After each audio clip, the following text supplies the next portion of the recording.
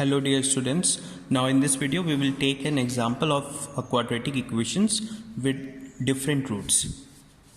Now example first, when the roots are real, right? Suppose we have an equation of this form, 4x square minus 22 equals to x square plus 5, then 3x square equals to 27, therefore x square equals to 9. On further solving we get the roots are real. Of course, if you see in this equation the value of discriminant is greater than 0, that is the reason for getting real roots.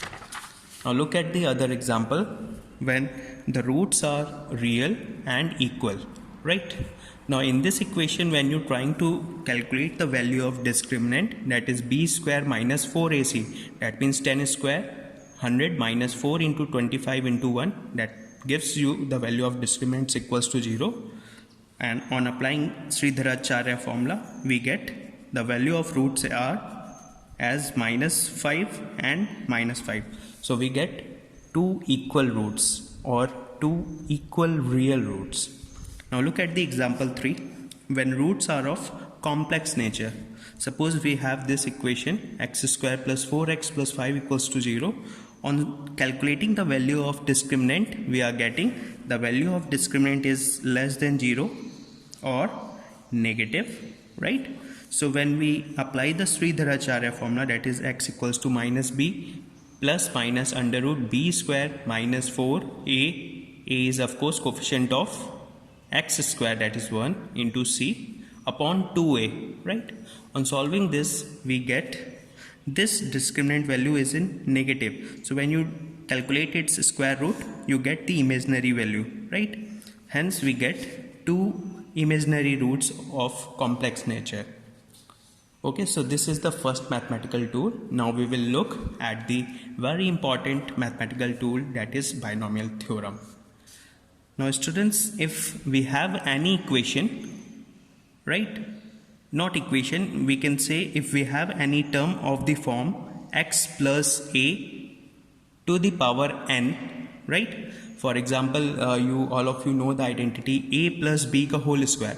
Actually, that identity is also derived from this theorem. So according to this theorem, if you have any term of this form, that is x plus a is any constant involved, it may be 1, 2, 3, 4, any value it takes. Similarly, right, like a plus b ka whole square. So in case of that formula, x will take the value of a while b will place the role of a here. And what is the value of 2 here? That is nothing but n. So if we have any term of this form x plus 8 within bracket to the power n, then we can expand that term in this form n c0, right? We call this power as superscript of c, upper power, right?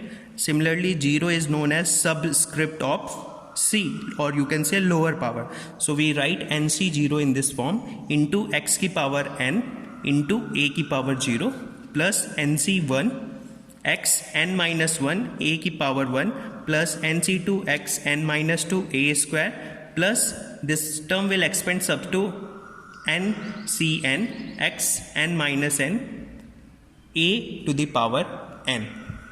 Now students, please look at the individual terms carefully. When you write nc0, then look at the first term, which is x. In this term, first term is x, second term is a. So look at the power of this x. This is nothing but the n minus 0. N minus 0 gives you what? N. Similarly, a is the upper power of this a actually takes the bottom value of c, the bottom power of c, right? So a to the power 0. Similarly, look at this second term.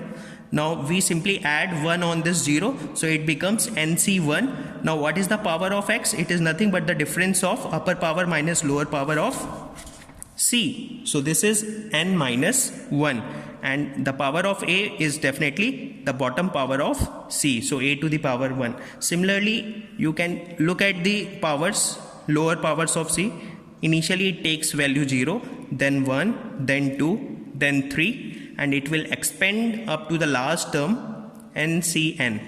right? Now what is C in this case? We call that C as combination. Now what is actual meaning of combination? I will explain you in the next video.